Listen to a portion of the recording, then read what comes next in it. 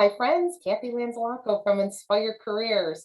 And I'm not here with Video Seeker Spotlight today. Actually, maybe this is a new video series, Lessons from the Other Side, shall we call it. So, hi, Adam Duke. How are you today? Good. How are you? Good, thank you.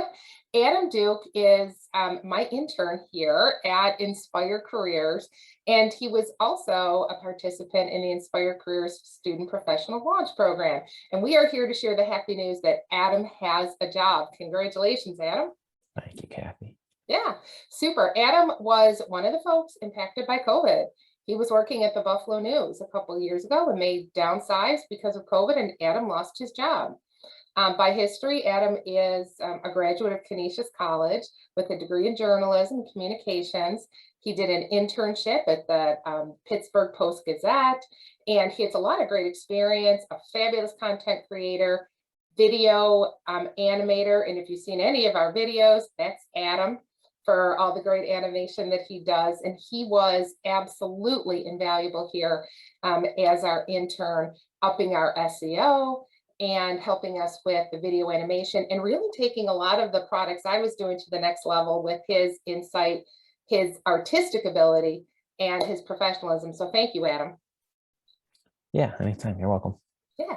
So what we're here today, though, is Adam and I were having a conversation kind of about lessons learned that as he went through the job search process, and he'd been employed before, right? He went to college, he had experience, but the reality is when he went to find a job after COVID, he struggled. There was a lot more things happening, a lot more moving parts than he anticipated. And Adam has very generously offered to share lessons from the other side so that other job seekers, particularly new grads, rising professionals that are in the same space, but these lessons are for everybody, that can learn from him. So let's talk a little bit about that, Adam. You and I were talking before, lessons learned, things that you learned throughout our work together, but why don't you start out by talking about some of the things that you learned that have contributed to your success? Yeah, absolutely. So I would say, first things first, just if you're qualified for the job, even if you're mostly qualified, you don't need to be 100% qualified for the job. If you're mostly qualified for the job and you think it's something you want, go for it. Because really, as long as it's in your field, the matching skills isn't going to be as important as other things. Like your interview isn't going to be as important as things like your history. Like there's a lot of things you can make up in those two things that don't necessarily appear on like a job listing. And for everybody that's listening, when he says make up, he doesn't mean lie. Right. What Right. he's meaning Yeah. is to match, right? The things that you can Yes. draw the correlation. Yeah. Right. Yeah, absolutely.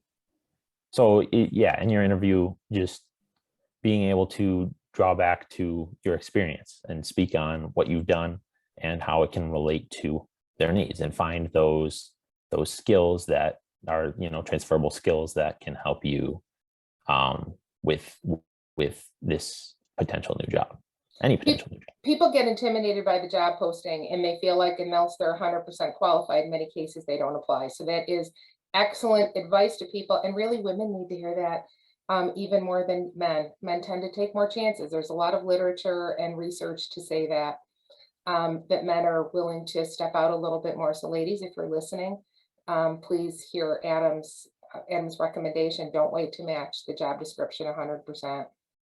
Great advice, Adam. What about the job market? Let's talk a little bit about that. You had some reflections on the job market and when you entered it. Talk about that a little. Yeah, so I just anticipated, I guess, I anticipated it either being very easy or very difficult. And it was more difficult than I anticipated. If I was putting myself out there more, I would be doing better. If I was doing interviews more, I would be doing better. If I was getting more practice at it, it just everything went better. So again, back to your qualifications, you don't necessarily need to be the most qualified person, so long as you can show that in your experience, you're still a qualified candidate and that you're the person that they should hire, because you're going to be going up against a lot of people with more experience, which is going to make it very difficult. Adam and I were talking about that, and that's what you're touching on, is that, when you got back into the job market, underestimating how how long it might take, how difficult it was.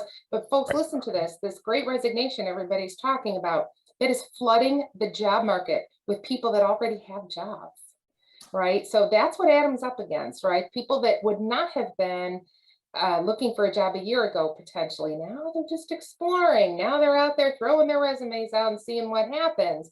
And many of them have more experience than Adam did, right? Because when you're talking about this new grad rising professional space, even though Adam worked at the Buffalo News, he had great experience. He was up against people that had 2, 3, and 4 years of experience that are going for the same type of jobs he is. Very difficult to compete with, very difficult. And the difference in the price points of what salaries might be is not that much. So he has to make his case for that when he doesn't have as much experience. So that really is difficult to overcome. Adam, let's talk about the resume a little bit, because you shared some thoughts about your resume with me as well. Yeah, I think the new resume that you helped me with is incredible. My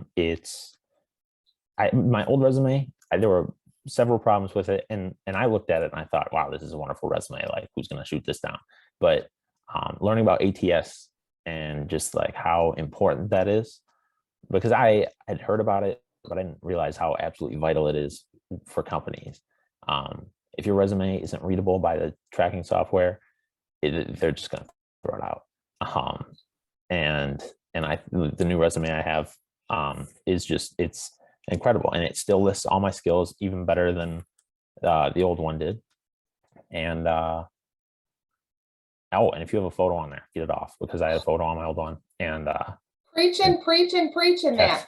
And listen, Adam's an artist, right? So Adam came up with this great video, or this great resume that he shared with me. But as an HR person, I was horrified, like, get that picture off, right? That is a compliance issue for HR people. And while he's a handsome young man, the picture doesn't belong on there. For the 0.1% of people that that's appropriate for, everybody else, take it off. Doesn't have any place. And the other issue is when you're creating resumes in Canva, Etsy, Adobe, any of these places that you're getting these templates, they are not constructed to be compliant with ATS. They are constructed for the ease of the person and for attractiveness.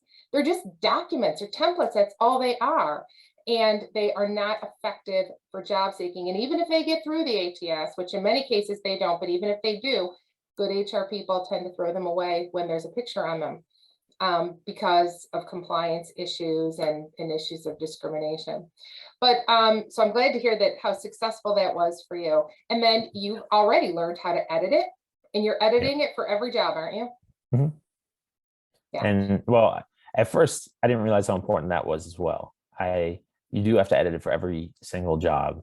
Even if you think, oh, this is close enough to this job, oh, this, whatever 2 jobs they are, oh, this, the copywriter position is close enough to this editor position, whatever it is. If you think it's close enough, it's not. Make sure that it's exact to the listing. And I can tell you that Adam had a lot of success with that. Even he did not get every job he applied for. He didn't get an interview for every job he applied for. Full transparency, he did not. But he submitted a lot of applications and did get a lot of response. And once you start being able to get into that rhythm and do it, you see how it becomes a little bit easier each time, doesn't it, Adam? Oh, absolutely. Especially with the interviews. The more you interview is just, even if there's a job that you realize, halfway through the application process, I don't want this job, take the interview, because it'll give you the experience that you need. Because the more you interview, the better you'll get at answering those questions, because a lot of employers do ask the same questions. Obviously, some are going to be more specific to their companies, like each individual company, but a lot of them are very similar. So just answering those questions enough times is definitely a huge help if you're looking for a job. Yeah, and it's really get that practice. It's practice, practice, practice. Let's talk about your video skills and how they work and how they ended up to be in terms of video interviewing. Why don't you talk a little bit about that? Yeah, so at the start, there was, before we started working together, there was a couple of interviews that I had that I didn't even realize I had these problems until, you helped me with it. Definitely and it's tough, because because they're tough habits to break sometimes, but make sure you're making eye contact with the camera. It's an easy one. Make sure all your preventable mistakes are covered. Make sure you have good lighting. Make sure you have like a plain background. You're not sitting in front of something really obnoxious. Like I had a big clock behind me for the longest time for some of these interviews, and it was distracting. So make sure that isn't a problem. Make sure, like I said, that you're making eye contact with the camera. You got good lighting. If you need to get like a ring light, like I got one, it was like $15. It's not like a huge investment to make, and like the return on it is incredible. So yeah, just make sure that because an interview, a video interview especially, if someone doesn't like your presence, then they can just say, oh, I didn't, they can say something like, oh, I didn't like the way they communicated, and that's it. And you lose out because there was a preventable mistake you just didn't cover. That is the word of the day for me, this preventable that you used. I remember the hotspot, right? When we first started working together, you would freeze all the time. And I said, Adam, we got a problem here. Go talk to your parents, get some upgraded. You're like, we got to be upgraded. But, people are working from home, your folks are home, all kinds of stuff is happening over there. So once you started using the hotspot, we stopped having those problems, didn't we? Yeah. So if your phone's got a hotspot, definitely make sure that's on, because then you'll be, not on the same Wi-Fi as everyone else. And even if you're, living on your own, make sure you have a hotspot just in case, because even if you don't need it right away, it'll be a good backup for if you do need it, because you got to be prepared. And if your phone doesn't have a hotspot, they sell, I believe, just regular hotspots with no phone attached, but I think most phones nowadays have hotspots attached. But either way, just be prepared too. Like that's make sure you're covering all your bases before you get into the interview. Because again, the preventable mistake that you can make sure won't happen before the interview even starts. Yeah, preventable. And if you're not sure, you should be practicing with someone else that has that more objective eye that can tell you that, because you don't know what you don't know. Right. And that's the same thing with the resumes. It's the same thing with the video interviews, and practice. Let's fast forward quickly to the job that you start next week. Can you tell us a little bit about the job? And I would love if you would share just a little bit about what you learned from the job offer process. And while it's certainly not a criticism about the employer, it's about what you learned. Yeah. So I'm starting at WIVB, which is Channel 4 in Buffalo next week. I'm a digital news producer, so doing a lot of stuff for the website, writing, I think a little bit of video editing as well. And